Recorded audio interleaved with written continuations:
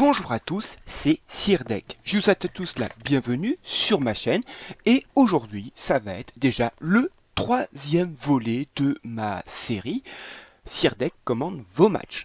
Je remercie d'ailleurs tous ceux qui déjà m'envoient leurs matchs. Alors aujourd'hui ça tombe bien, plus ou moins cette semaine ça tombe bien, j'ai un peu de disponibilité pour faire ces vidéos. La semaine prochaine j'aurai un peu moins, mais je les ferai.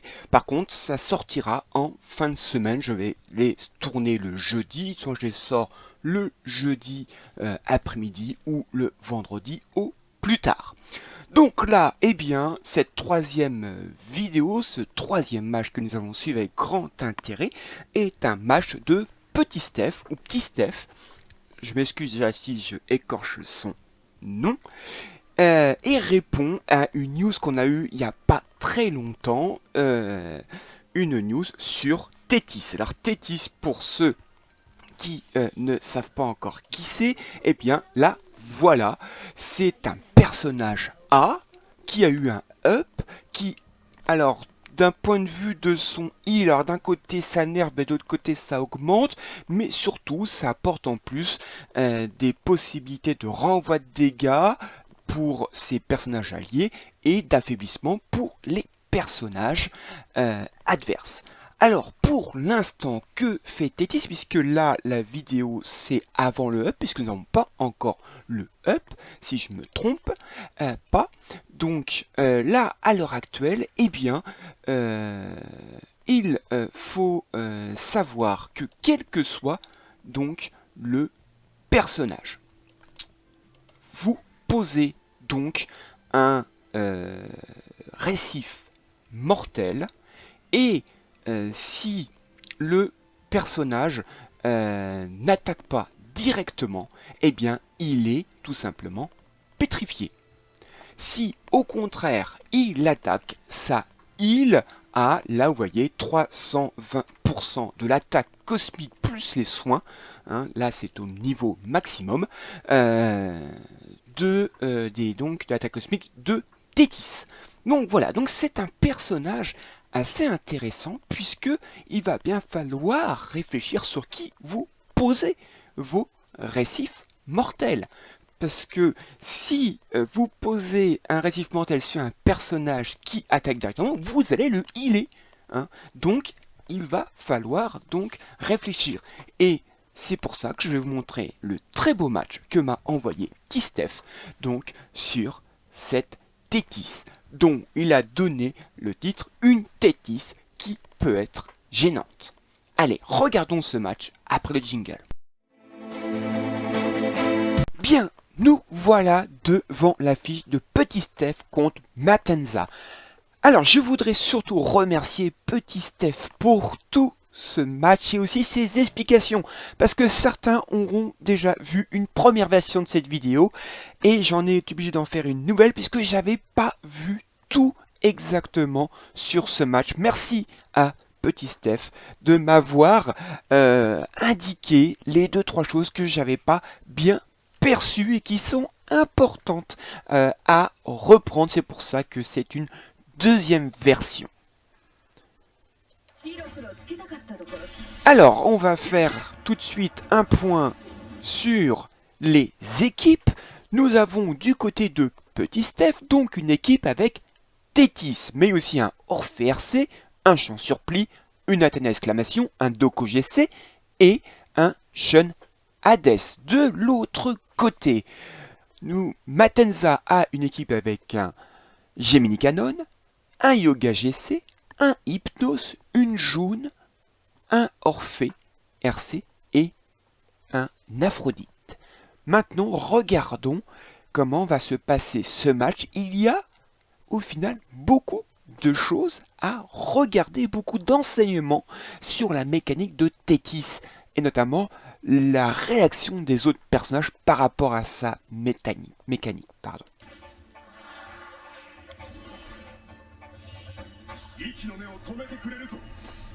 Donc là, Matenza lance donc les Galatian Explosion, évidemment sur le Orphée RC, puisque c'est le personnage qui est le plus dangereux pour lui. Petit Steph décide de cacher tout de suite sa Tétis. Là, le Yoga GC met en glace donc le Orphée RC de Petit Steph. Et le Hypnose met des cauchemars sur l'Athéna exclamation. Alors, première action de Tétis, Petit Steph met un récif mortel sur le Yoga GC. La chose aussi importante, il fait avec un Alolia donc une attaque qui va lui permettre d'être immunisé au contrôle. Vous verrez, c'est important. Là, il double sa Tétis. Donc l'Aphrodite fait quelques dégâts.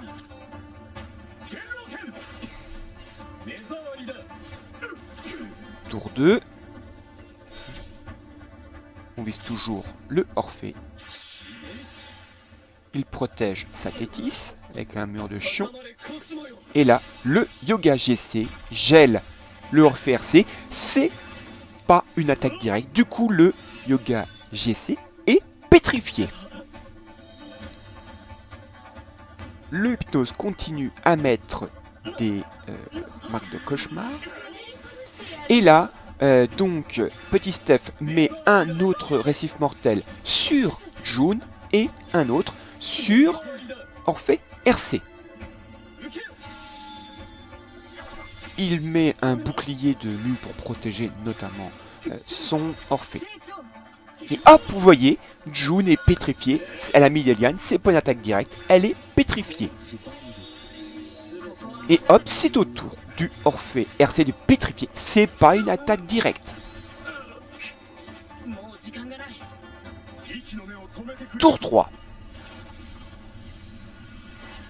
Le Gemini Cannon vise toujours le Orphée RC, mais heureusement Shonades tank.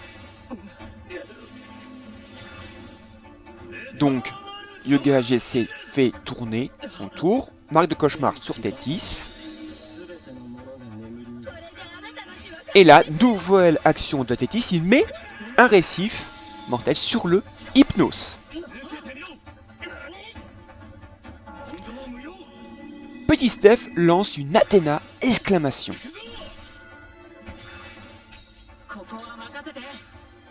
Il va doubler après son Doko GC.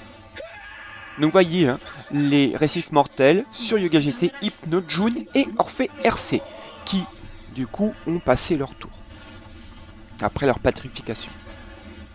Là, Matanza veut à tout prix détruire évidemment le Orphée RC, l'une des grosses menaces. Tétis toujours protégé. Hop, il glace le Doko, pétrifié. C'est au tour du Hypnose. C'est pas une attaque directe, les marques de cauchemar. Il est pétrifié aussi.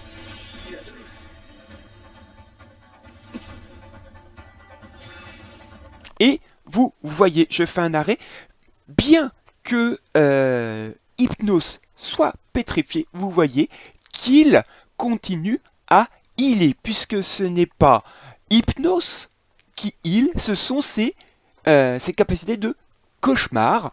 Comme les marques de cauchemar continuent, comme on peut le voir, à faire des dégâts, puisque c'est ces cauchemars qui font des dégâts, donc malgré qu'ils soient pétrifiés. Chose importante à retenir ici. Alors là, il met un récif sur l'Athéna exclamation. Alors là, je fais un arrêt sur image. Là, vous voyez au niveau de l'Athéna exclamation du heal. Alors au départ, je pensais que c'était le heal du récif mortel Tétis. D'ailleurs, j'étais un peu surpris parce que les chiffres n'étaient pas extraordinaires et en plus ils étaient multiples. Non, c'est le vol de vie que Petit Steph a mis sur ce personnage, puisque il m'a d'ailleurs bien expliqué que là, l'Athéna exclamation, l'attaque Athéna exclamation est considérée ici comme une charge. d'accord, qui a été lancé le tour d'avant. Donc comme une charge, et donc il devrait avoir une pétrification, puisque c'est pas une attaque directe, mais Petit Steph a fait attention de lancer au tout début du match, comme je vous l'ai dit, l'Aolia. Il a fait une attaque avec un Aolia, ce qui a du coup immunisé son personnage contre la pétrification de son récif mortel. Donc vous voyez là un exemple parfait d'un joueur qui connaît très très bien toutes les composantes de ce personnage qui est Tethys, un personnage très complexe. Hein. Il savait qu'il allait mettre un récif mortel sur l'Athéna exclamation. Donc avec la charge, allait provoquer la pétrification. Donc c'est pourquoi il a lancé, donc dès le début du match, un attaque avec un Aolia pour immuniser son personnage et ne pas être pétrifié par le récif mortel lorsqu'il le mettra dans le match. Donc voilà une stratégie vraiment parfaite. Un grand bravo à Petit Steph et un grand merci de me l'avoir expliqué. Il relance une charge et vous voyez, immunité, il n'est pas pétrifié.